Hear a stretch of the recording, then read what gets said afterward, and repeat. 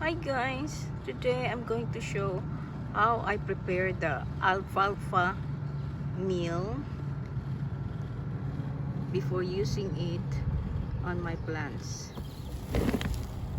It's in pellets form, and they say that alfalfa is a leafy legume hay. Smells grass. The bucket is filled up with a third of water.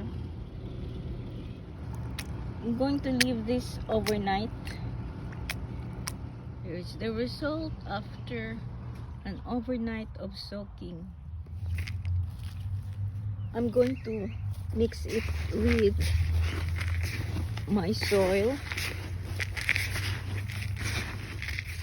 I mixed 1 part of the soaked alfalfa and 2 parts of soil.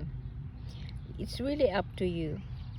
I'm going to use this during transplanting and as a side dress. You can also use the alfalfa pellets directly as fertilizer. Just put it under your seedling. Kindly consider subscribing to my channel, like and share my videos. May you have a productive day.